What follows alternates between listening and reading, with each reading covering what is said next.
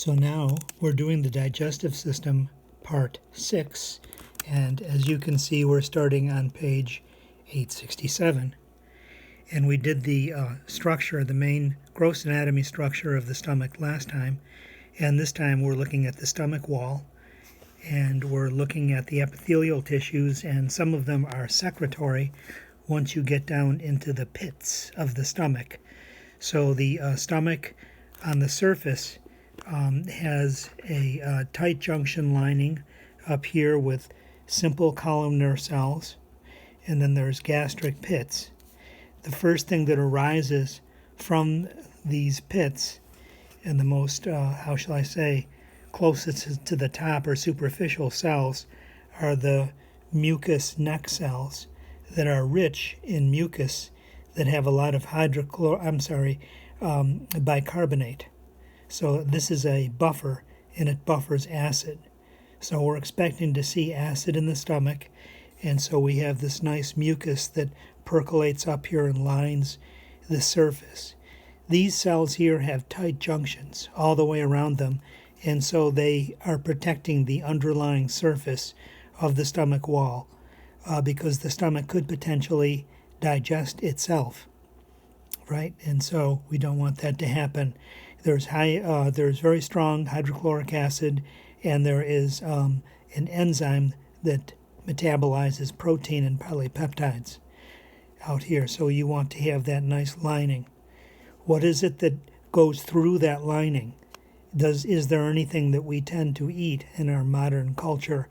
And there are two things, actually. The first thing is alcohol. So anytime we have an alcoholic beverage, we are potentially clearing the mucus, because the alcohol will actually absorb into the bloodstream through the stomach, right? And so that's how it gets to the liver for that next step of the metabolism. Okay, mainly it's not supposed to go through, but it does clear the mucus so that it does. Secondly, what goes through are things like aspirin and ibuprofen. So if the aspirin and ibuprofen have to break down along the surface here of the stomach lining, that's not a good thing.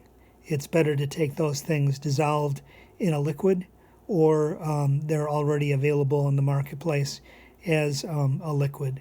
So liquid aspirin, and also there's little gel, types of, I forget what you would call them, but anyways, they're ibuprofen as a gel.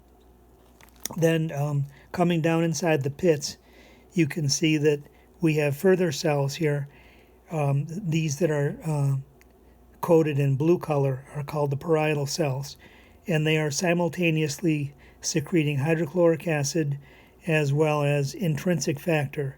Intrinsic factor is the little wagon, shall we say, or it's that device that helps us bind to B12 in the diet. So whenever we eat something that has B12 in it, the B12 will bind to the intrinsic factor, and then it will get stored in the intestinal tract as intrinsic factor plus B12. We don't need very much B12. We need something on the order of only about 2 micrograms per day. So whatever you might happen to get will last a very long time, possibly years, if you happen to hit a food that has B12 in it.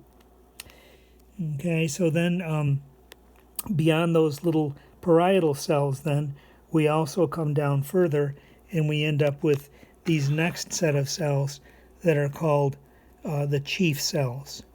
The chief cells are the cells that produce pepsinogen, which is the inactive enzyme. The enzyme is activated in the presence of hydrochloric acid to pepsin. Pepsin is the active form of the enzyme, and it acts upon protein, and it digests it.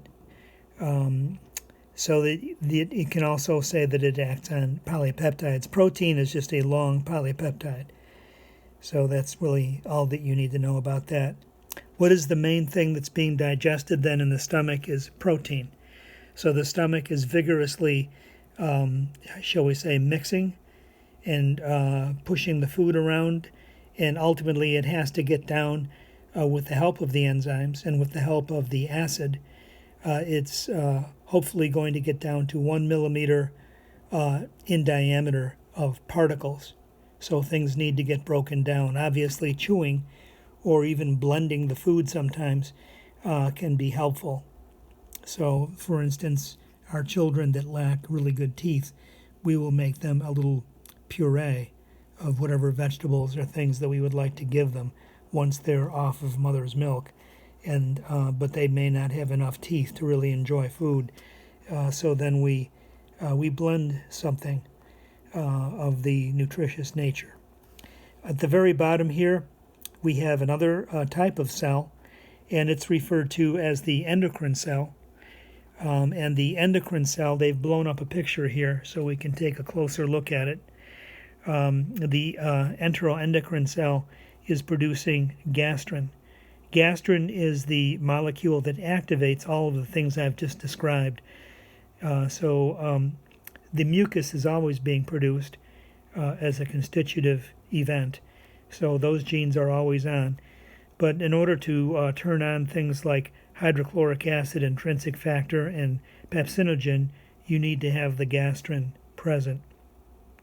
Okay, and so once we get things stimulated and we're in the mood to have a meal, then gastrin flows, and ultimately it can move locally here through the system, or it enters the bloodstream and acts locally through the nearby venous blood. Okay, then we get to this next page over here that describes stimulation of the stomach, and there are several different features here. One is the fact that you might just be in the mood to eat. You've thought about food, and so this is referred to as the cephalic phase. The cephalic phase includes such things as the sight of food, the smell and taste of food. Once you have it in your mouth, you're chewing, and it might taste good, and so you might have an increase in gastric juices that are flowing as a result of that. If it's food that you don't like, maybe that will be limited. Or if you have thoughts that are stressful, that too can limit the situation.